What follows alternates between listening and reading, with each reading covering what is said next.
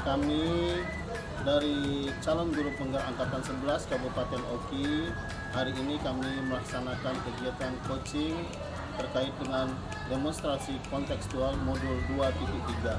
Saya sendiri, nama saya Ade Firmansyah dari SMK 1 Gezawi. Sebelah kanan saya Aprina dari SD Negeri 2 Tanjung Makmur. sebelah kanan saya Haris SPD dari SMPN 4 Pedamaran Timur. dan sebelah kiri saya. Andri Irhawan dari SMK Negeri 1 Kayangan. Terima kasih. Inilah kami, tim kami dari guru penggerak. Guru penggerak, bergerak, menggerakkan, dan tergerak.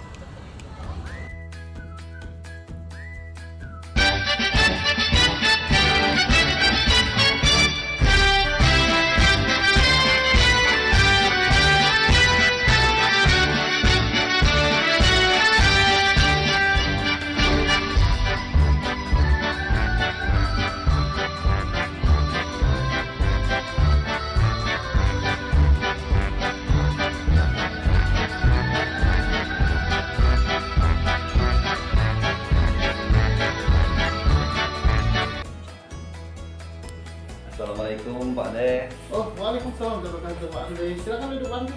Ya, Pak. Bagaimana Pak Andre? Gimana kabarnya? Alhamdulillah Pak. Baik. Bagaimana kabar Pak Ade sendiri? Alhamdulillah baik juga Pak Andre. Oh iya Pak Andre, sebelum kita melakukan coaching ya, hari ini sebagai awalnya saya akan memberikan beberapa pertanyaan nih sama Bapak ya. Pertama, saya akan mendiskusikan tentang rubrik penilaian kita hari ini Pak. Ya, Pak.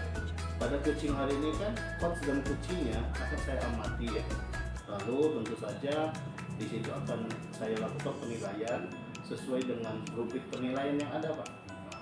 Setelah itu nanti apakah sudah sesuai dengan alur kita atau belum?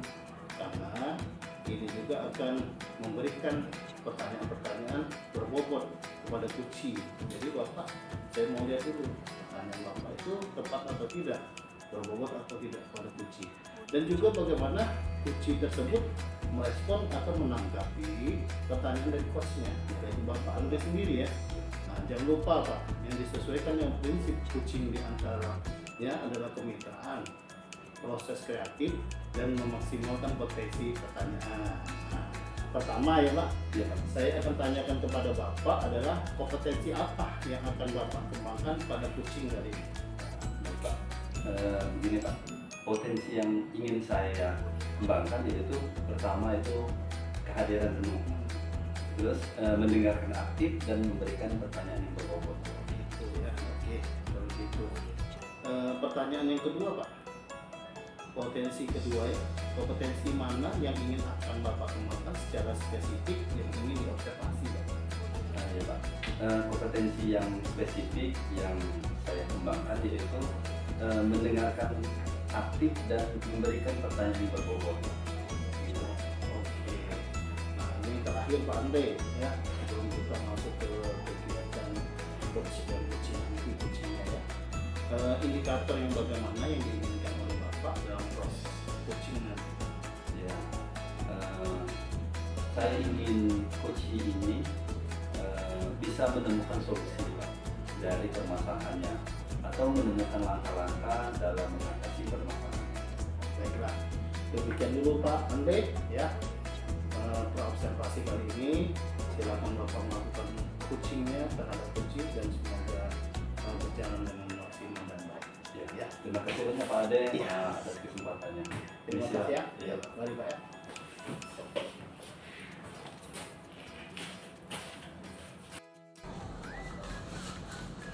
Assalamualaikum, selamat siang Pak Andre. Waalaikumsalam. Selamat siang Bu.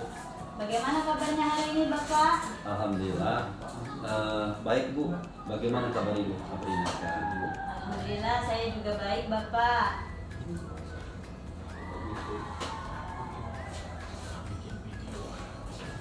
Bagaimana Bu? Apa Ibu ada masalah? Begini Bapak, jika Bapak Andre ada waktu, ada yang mau saya bicarakan sebentar, saya butuh bantuan, ada beberapa hal yang ingin saya sampaikan. Silakan Bu. Kebetulan saya sudah menyelesaikan beberapa pekerjaan.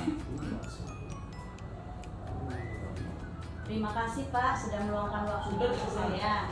Saya ingin mendiskusikan tentang salah satu murid saya, Bapak. Kebetulan di kelas saya itu ada murid yang lambat, bahkan tidak mau menulis. Nah, tujuan saya adalah menemukan cara yang efektif untuk membantunya agar lebih termotivasi dalam meningkatkan kemampuan menulisnya. Bagaimana dengan tujuan ini? Apakah Bapak setuju?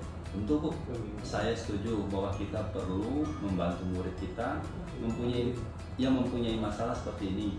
Mari kita coba mencari solusi bersama. Iya, baik Bapak. Nah, dari pengamatan saya, Pak, anak tersebut tampak kesulitan menulis dan seringkali tulisannya tidak selesai. Apakah Bapak juga pernah mengalami hal atau kendala yang sama di kelas Bapak, sama seperti yang saya alami? Saya juga pernah mengalami hal yang sama. Selain itu, terkadang anak tampak tidak yakin dengan apa yang harus ditulis. Mungkin dia mengalami kesulitan dalam mengorganisasi pemikirannya. Benar sekali. Menurut saya salah satu penyebabnya mungkin karena anak merasa tidak percaya diri atau mungkin dia merasa takut, Pak, ya, akan kesalahan. Apa pendapat Bapak sama tentang ini? Saya setuju Bu. Bisa jadi anak merasa tertekan atau cemas, khususnya ketika harus menulis di depan teman-teman sekelasnya. Mungkin kita perlu mencari cara untuk membuatnya merasa lebih nyaman dan percaya diri. Bagaimana kalau saya mencoba memberikan anak tugas menulis yang lebih sederhana dan bertahap? Misalnya, bagaimana kalau saya mencoba memberikan anak tugas menulis dengan yang lebih sederhana dan bertahap? Misalnya, mulai dengan menulis kalimat pendek dan nama-nama benda juga.